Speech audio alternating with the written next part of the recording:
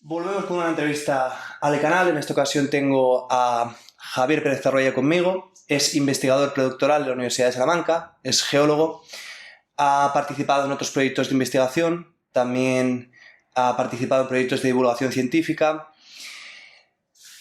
No menos reseñable es el tema de que hayas también diseñado o participado en el diseño de museos, también de divulgación de geología principalmente, y también has realizado o has contribuido en algún estudio de impacto ambiental. El tema que nos ocupa es el antropoceno, que para quien no sepa qué es el antropoceno, ahora él nos lo explicará con mayor elocuencia de lo que yo puedo hacerlo.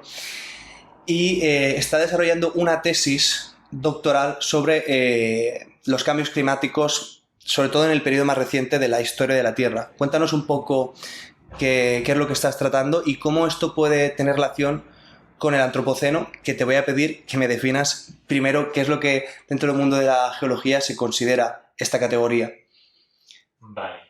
Primero empiezo con lo del antropoceno, ¿no? Muy bien, bueno, sí. Vale.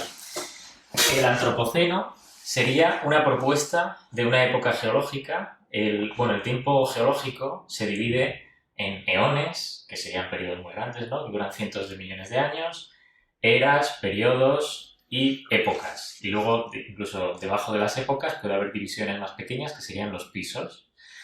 Entonces, el antropoceno sería una época que se propone como la presente. O sea, la última época de la tabla del tiempo geológico sería una que se llama antropoceno y que estaría principalmente caracterizada por la actividad humana. La actividad humana ha creado una serie de cambios en los sistemas sedimentarios del planeta, en la química de la atmósfera, de los océanos, etcétera, que tienen un reflejo directo sobre el registro geológico que se está dando en la sedimentación de los ríos, playas, etcétera, y que por tanto estos cambios tienen la entidad suficiente como para ser definidos como una época geológica oficial. Pero de momento no es oficial. O sea, si me preguntas qué es el antropoceno geológicamente, de manera oficial no es nada. Es una propuesta de una época que abarcaría, bueno, la división se puede poner según se propone que puede ser desde mediados del siglo XX hasta ahora, que sería cuando más actividad humana ha habido y más ha cambiado el paisaje del planeta y por tanto ese reflejo en el registro geológico, la humanidad, pero actualmente el antropoceno es nada, porque no está aprobado. Los asuntos de Palacio van despacio y en este caso varias instituciones de investigación geológica, no recuerdo ahora el nombre, cuál es el nombre de la institución internacional que se encarga de determinar ese tipo de cosas, pero lleva discutiendo esta categoría aproximadamente desde el año 2000. Antropoceno es literalmente la era de los seres humanos y ha trascendido, diríamos, la categoría o el ámbito de las ciencias experimentales para inundar el campo de las ciencias sociales, porque implicaría de alguna forma la disolución de la barrera entre lo cultural y lo natural. Esto ha hecho que dentro del mundo de la filosofía, este es mi ámbito, se desate también un debate muy intenso sobre cuál es la naturaleza de esta nueva edad geológica, que en muchos casos, y esto es lo que vamos a discutir en esta entrevista, pues no están atendiendo demasiado a las investigaciones o los resultados que ofrecen las ciencias, en este caso la geología, que es la principal responsable. Pero bueno, cuéntanos cuál es la relación que puede existir entre tu tesis doctoral y aquello que estás estudiando con este tema en concreto. Con este tema en concreto, intuitivamente ninguna. Yo me dedico a estudiar precisamente, aunque para la geología estudio cosas muy recientes, porque yo estudio cosas, digamos, que han pasado en los últimos 100.000 años, y son geologías nada, porque siempre en geología se habla de millones de años. Sí que, y estudio cambios que no tienen que ver en principio con la actividad humana. Sin embargo, sí que estudio, yo lo que hago es estudiar sedimentos del fondo marino, esas capas de sedimento que se han ido depositando durante los últimos milenios o cientos de miles de años, en los que quedan reflejados cambios en las corrientes oceánicas, en la temperatura del océano, Y eso está relacionado con cambios globales que se han ido dando en estas épocas. Entonces, yo trato de caracterizar pues, cómo han ido cambiando ciertas corrientes oceánicas en ciertos puntos y qué relación tenían con los cambios climáticos globales. Entonces, la ventaja de estudiar periodos tan recientes es que te permite estudiar cambios climáticos abruptos o que se dieron en pocas décadas o siglos. Y como el cambio climático actual se está dando en cuestión de décadas o siglos, y el antropoceno está muy ligado, o la definición del antropoceno está muy ligada también con la existencia de ese cambio climático actual, pues digamos que estudiar cambios climáticos del pasado, que tienen una entidad, o al menos un desarrollo temporal en la magnitud que lo tiene el actual, pues te permite un poco poner en contexto el cambio climático actual. Ya que el cambio climático actual, para decir si es relevante o no, los cambios que se están sucediendo ahora necesitamos compararlos con algo. Y no tenemos otra cosa que los cambios climáticos del pasado. Para determinar la magnitud de algo es necesario ponerla en comparación, con otros puntos de referencia, si no, claro, no habría forma de determinar. Si la temperatura global 1 grado es mucho, es poco, claro. Es algo normal, pues para eso hay que recurrir al registro del pasado y ver si ese tipo de cambios se han dado con frecuencia o si son algo... Y también un poco ponerlo en relevancia con respecto a eso. Has hablado de algo fundamental, desde el mundo de la geología se incide sobre todo en qué podemos encontrar en los sedimentos.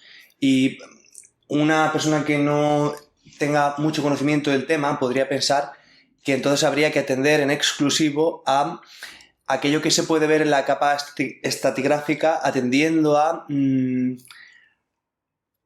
el que no tenga una visión amplia, ¿no?, de cómo funciona la geología, esos cambios directos que ejercemos sobre la orografía, pero también las alteraciones que el ser humano produce sobre la biosfera, sobre los ecosistemas, alteran la propia naturaleza de los suelos. Es decir, en última instancia, la deforestación, la desaparición de ciertas especies animales, la desregulación de ciertos ciclos que van de alguna forma a alterar las condiciones del suelo, es una de las cosas por las cuales muchas personas creen que el antropoceno, en lugar de nacer en el siglo XX, ahora discutiremos cuál es el punto que con mayor consenso se data el inicio de esta nueva era, pero muchas personas creen que realmente podríamos datarlo con la expansión paleolítica de la humanidad, con la revolución neolítica, con la revolución industrial, en fin, hay muchísimos periodos dentro de este debate en el que se está planteando, ¿no?, en los cuales hay personas que consideran que comienza el antropoceno y es muy controvertido, porque lo que se diga con respecto a esto también va a tener un impacto muy grande en qué consideración damos a temas como el cambio climático o cómo trasciende eso en las ciencias sociales, ¿no? Es un asunto que, claro, como ya nos compete, no es como el Jurásico, que, bueno, ni pinchamos ni cortamos en lo que haya pasado en el Jurásico. Sin embargo, aquí sí. Pero el antropoceno, en última instancia, es una época geológica. Y las épocas, bueno, como he dicho, es una época porque no es una era ni un periodo, sino que es una época. Es una división concreta del tiempo geológico. La tabla del tiempo geológico es una herramienta que utilizamos para ir al campo y cuando vemos unos estratos, unos sedimentos, unas formas en el paisaje, ubicarlas dentro de unos periodos concretos y decir, vale, esto es Jurásico y esto es Cretácico y por tanto esto es anterior a esto y esta falla que hay aquí se dio en el Cretácico porque corta el Jurásico, pero a la era que hay encima no. En fin, es una herramienta para trabajar en el campo. Sin embargo, el hecho de que se haya popularizado tanto entre las humanidades el antropoceno crea mucho ruido en el mundo de la geología, porque al final, aunque pueda tener mucha relevancia el definir una época geológica con el prefijo de antropos, a la hora de considerar nuestra actitud frente al cambio climático, por ejemplo, nuestra humildad dentro del planeta, ¿no?, al llamar a esta época la nuestra, al final el uso real del antropoceno va a ser una herramienta para el campo. Esa va a ser su único Su única razón de ser es esta. Cuando no dices tenemos una pretensión. una herramienta para el campo, quieres decir una herramienta metodológica a la hora de interpretar los estratos. No. Claro, sí. Pero este tipo de cosas, bueno, pues conviene una herramienta metodológica a la hora de sistematizar, ¿no? Cuando hacéis un estudio.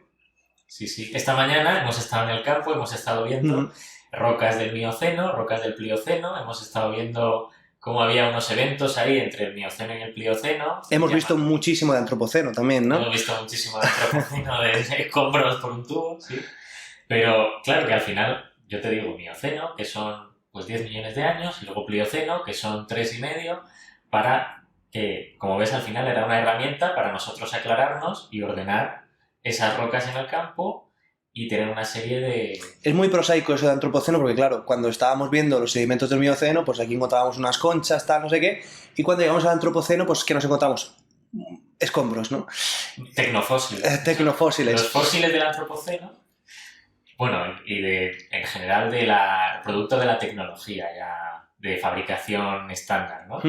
De fabricación en cadena, digamos. A eso lo llamamos tecnofósiles. O sea, una chapa de Coca-Cola, cuando la vemos en un estrato, que ya las hay, pues eso lo llamamos un tecnofósil. Coca-Cola ya está, vamos a decirlo claramente, Coca-Cola ya está en el registro geológico. Ya podemos decir que ha pasado la historia de la Tierra con mucha claridad, además, ¿no? Sí, el Coca-Cola.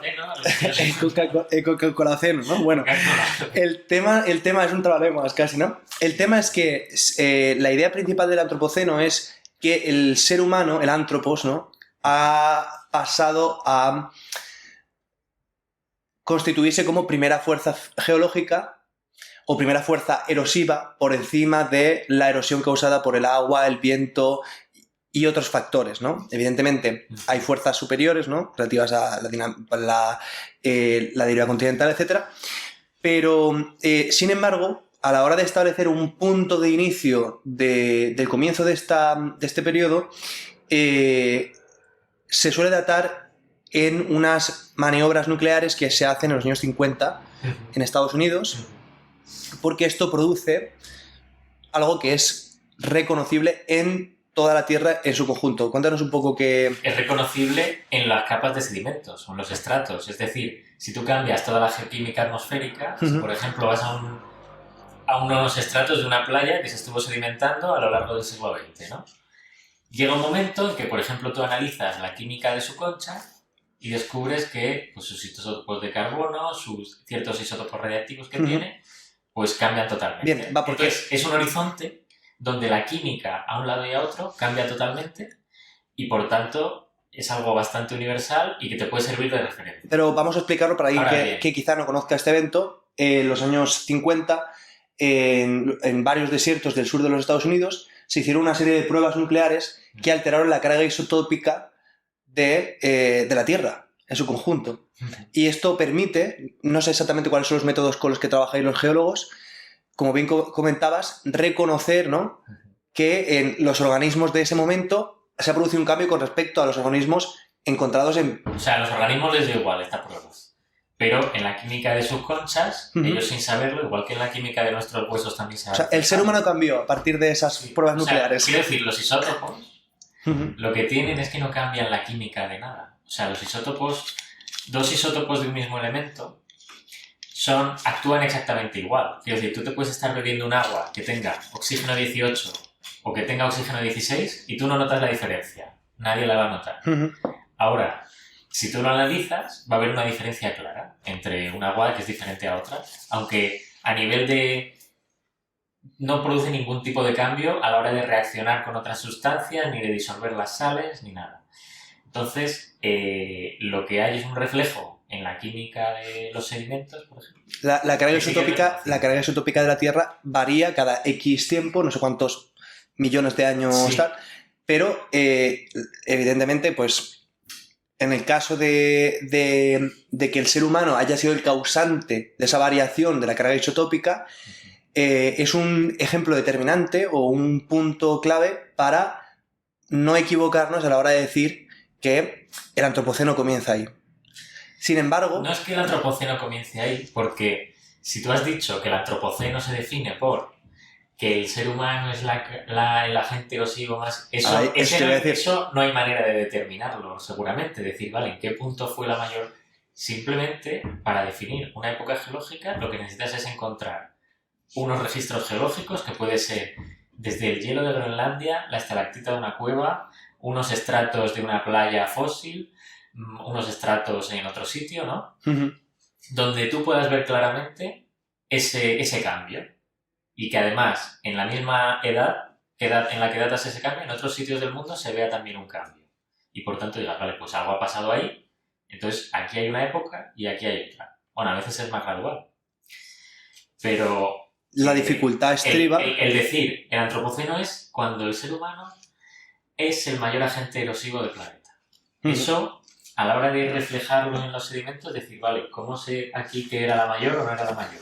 Entonces, por eso hay esa ambición que tienen a lo mejor las humanidades de darle al antropoceno cuando el ser humano ha cambiado por completo la Tierra, ¿no? Como una aura de cambio absoluto que realmente en los sedimentos es muy difícil de determinar. Y yo creo que eso es lo que está dificultando que se apruebe el antropoceno como una época oficial, porque hay mucho rifirrafe. Sí, está habiendo una controversia muy grande entre los dos ámbitos, digamos, las ciencias sociales y las experimentales.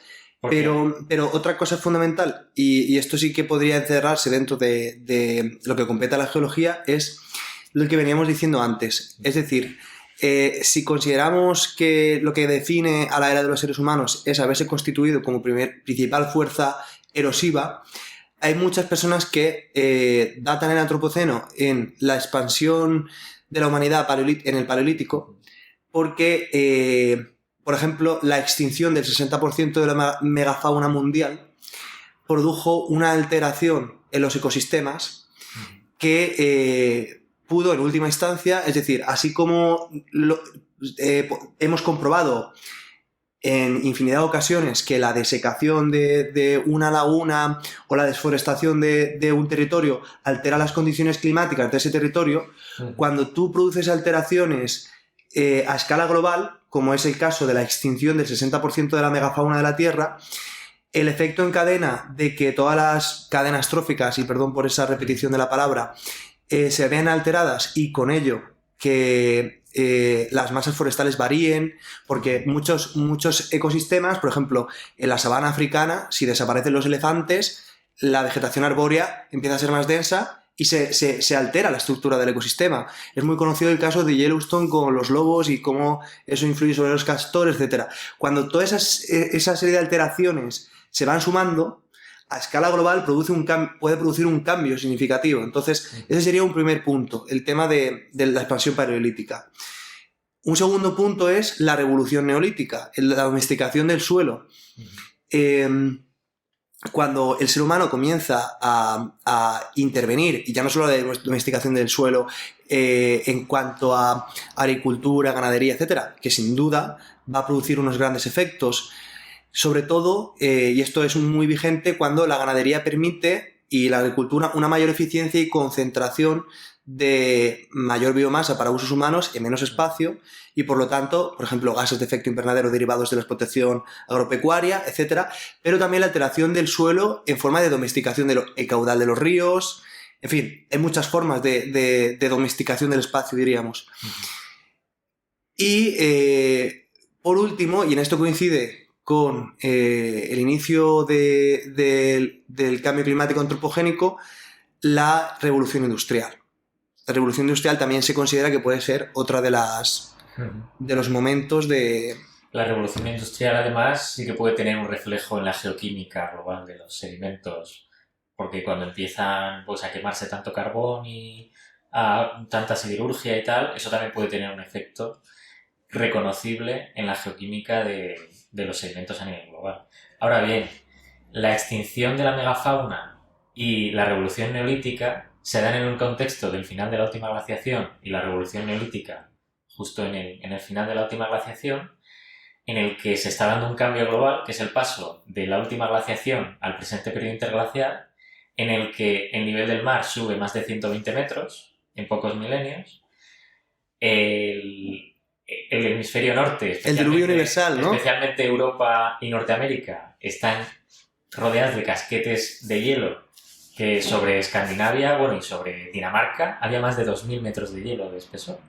Entonces, no es comparable los cambios que pudo hacer la revolución, por mucho que sea a lo mejor algo relevante para la fauna, ¿no? Para la megafauna concretamente, no es tan relevante como estos cambios que suponen los pasos de las glaciaciones a los interglaciares. A nivel de fuerza erosiva no es tan relevante. A nivel de fuerza erosiva, un glaciar que ocupa media Europa y que se está cargando la mitad del continente, ¿no? Por su movimiento, erosionando una barbaridad, no es comparable a el reflejo geológico de la revolución neolítica, que sí se ve, por ejemplo, muy bien en la tasa de sedimentación del Mar Muerto. En Mesopotamia, ¿no? La cuenca del Mar Muerto coincide con parte de la cuna de la humanidad, de las civilizaciones, de las civilizaciones, y en la sedimentación del Mar Muerto sí que se ha visto un reflejo en el aumento de la erosión de la cuenca cuando aparece el Neolítico y el pastoreo, pero los cambios que se están dando en el Mar Muerto simplemente por los cambios climáticos que está habiendo,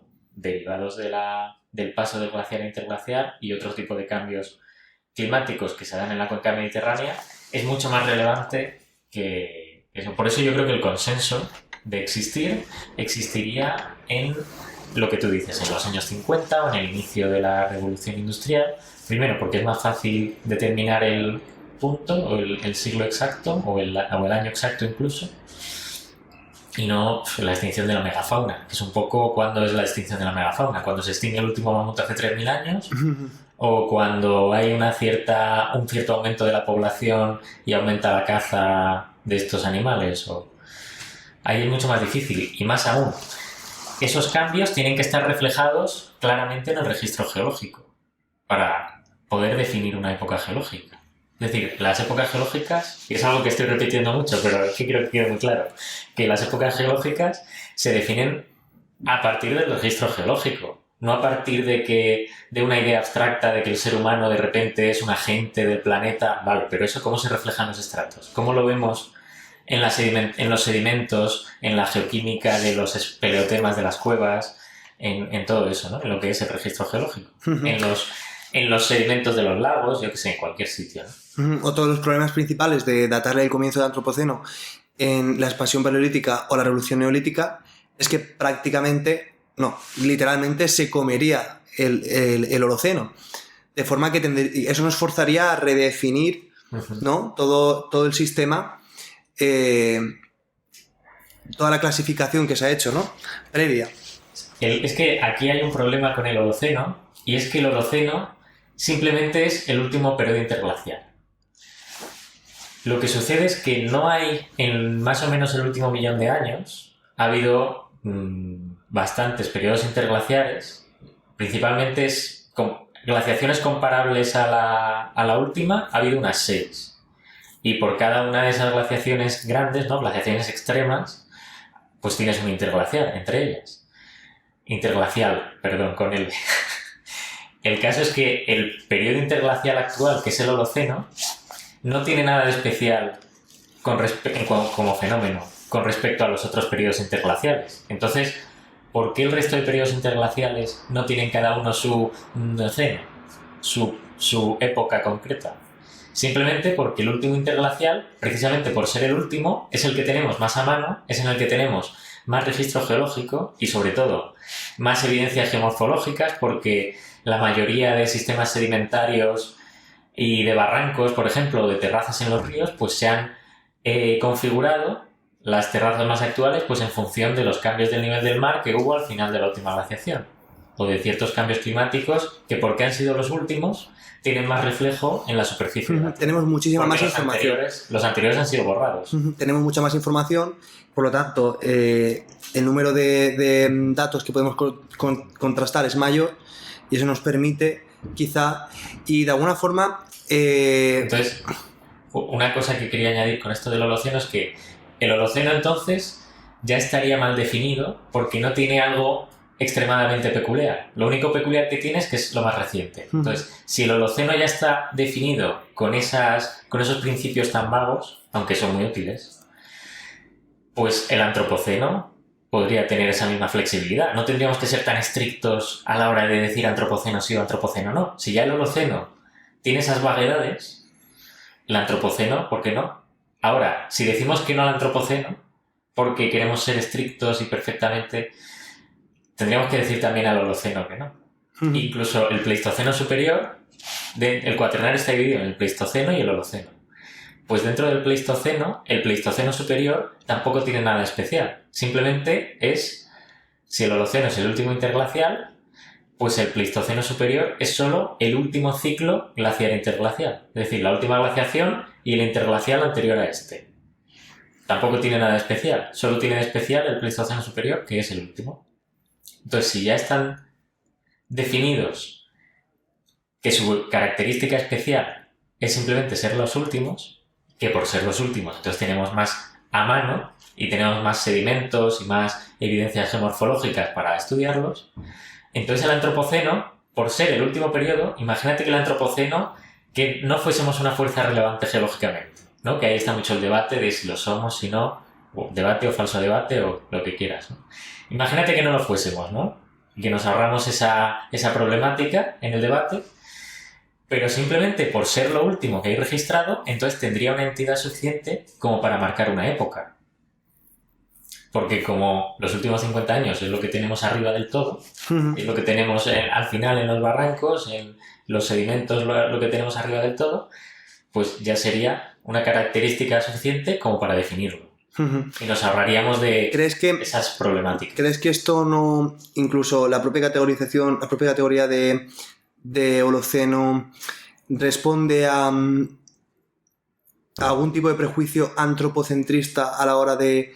Porque si estamos determinando esa época porque tenemos una mayor información, más datos, es decir, estamos otorgando mayor relevancia por nuestra capacidad como seres humanos de acceder al conocimiento de esa época, pero no porque, como bien decías tú, sea más significativa que las 6 glaciaciones previas, ¿no? Y esta es una de las críticas que también se hacen desde el mundo de las ciencias sociales. La categoría de antropoceno pues está muy cuestionada desde varios flancos, y es una disputa que tiene las de perder frente al mundo de la ciencia, por lo que estábamos hablando.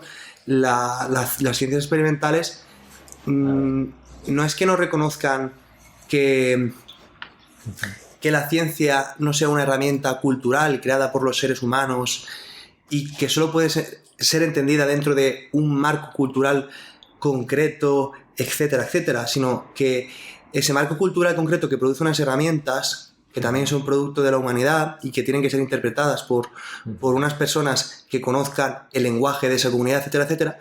Sin embargo, son capaces de establecer relaciones necesarias que existirían aunque no las viéramos los seres humanos.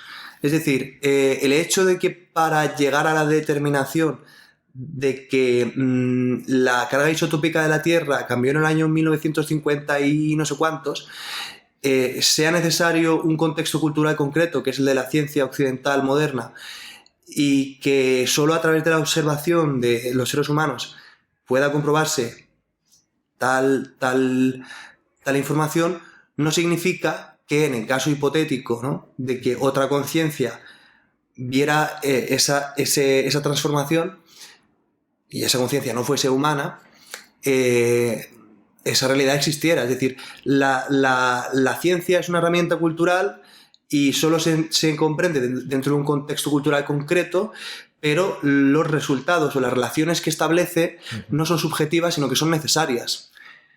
Y eso es lo que tiene el universalismo científico, ¿no?, que es comprobable independientemente de quién lo esté observando, ¿no? Por partes. Bueno, lo que me has comentado de si el Holoceno se le podría recriminar un antropocentrismo por darle a la época en la que se ha desarrollado, pues, o porque nosotros tengamos más información, le hemos dado una entidad superior, que es una época entera, ¿no?, el Holoceno. Al último periodo interglacial le hemos dado el Holoceno. ¿Por qué? Porque tenemos más información. ¿Eso es antropocéntrico? Aquí vuelvo a lo que he repetido ya varias veces en estos minutos que llevamos de charleta, ¿no?, que es que no hay una pretensión en la definición de las épocas geológicas, del tiempo geológico, de los eones, eras, etcétera. No hay una pretensión de definir la historia de la Tierra, sino que lo que hay es una elaboración de una herramienta que nos es útil a la hora de estudiar la geología, a la hora de, por ejemplo, caracterizar los recursos naturales de un país, hídricos, o de caracterizar los paisajes, ¿no? Que necesitamos meterlos en Jurásico, Cretácico, este barranco se creó en la glaciación tal. Entonces, el hecho de que le hayamos dado un nombre porque tiene más información es simplemente porque nos es más útil como herramienta, no porque consideremos que ese periodo es más importante solo porque tiene más información, sino que nos es más útil. Uh-huh. El hecho de no que le damos una categoría superior a ese periodo dentro de la historia de la Tierra, aunque luego la consecuencia es que la acaba teniendo. Pongamos un ejemplo. Hace 3,5 millones de años se cierra el estrecho de Panamá, ¿no? Se juntan Norteamérica y Sudamérica aproximadamente. Esto constituye el inicio del Plioceno, ¿no? Creo recordar. Y el hecho de que para nosotros determinar eso puedan existir una serie de condicionantes culturales hasta cierto punto subjetivos, porque la información que tenemos es la que hemos obtenido, ¿no? En primera mano, los investigadores que han extraído esa información, no significa que ese evento no se produjese independientemente de que nosotros lo viéramos o no lo viéramos. Y aquí está la crítica que yo hago a... y esto barriendo para tu terreno, porque yo no soy científico, pero dentro del mundo de la filosofía se están proponiendo otra serie de categorías como la de capitaloceno o Donna Haraway propone chuchuluceno, categorías que de alguna forma consideran que la concepción que los seres humanos adoptan frente a la realidad de las cosas va a definir o va a tener la misma entidad de análisis o herramienta interpretativa que las que se proponen desde el mundo de la geología. Y desde mi punto de vista creo que es un poco pretencioso, ¿no? Es un poco pretencioso pensar que... un poco arrogante considerar que simplemente un cambio en el sistema productivo en la Inglaterra del siglo XIX puede ser la base para hablar de lo que es una herramienta metodológica de estudio del campo, ¿verdad? ¿Cómo podrías...? Yo creo que aquí voy a meter un poco de cizaña, sintiéndolo mucho, pero pues no va a ser muy correcto, pero la prisa, digamos, que se ha estado metiendo a las ciencias geológicas desde las humanidades, esa prisa de decir que antropoceno sí ya, porque necesitamos que sea oficial para tener una autoridad, ¿no? Yo creo que hay ciertas ganas desde las humanidades de tener un concepto que tenga el respaldo geológico. Como te he dicho, la definición de las épocas geológicas es algo que se hace de una forma más o menos seria, sobre lo que hay un consenso que yo creo que en realidad añoran las humanidades, porque en ese campo es imposible tenerlos. Entonces, que un periodo se defina como capitaloceno y se haga de una forma oficialmente científica, le da una autoridad que yo creo que ciertas personas, ¿no?, de las humanidades añoran. Y que por eso, digamos, que quieren meter tanta mano en el concepto del antropoceno. Y otra cosa no menos significativa, si tú acuñas una categoría como capitaloceno, todos sabemos aquí que la palabra capitalismo tiene asociada una serie de cargas peyorativas, bueno, según para qué persona, pero que van a permitir hacer un juego político, van a poder permitir que tú refuerces un discurso en base a unos intereses nada relacionados con la verdad científica y con esto que decíamos, que es la relación necesaria entre hechos no subjetivos. Y claro, esto también va a permitir pues la instrumentalización de una forma que ya estamos viendo con el tema del cambio climático. Es decir, el hecho de que el cambio climático antropogénico tenga todas bueno, tiene todas las herramientas de la ciencia apuntando a su existencia, no significa que ciertas políticas que nos quieren meter, ¿no? con cuña estén justificadas dentro de esa verdad científica, ¿no?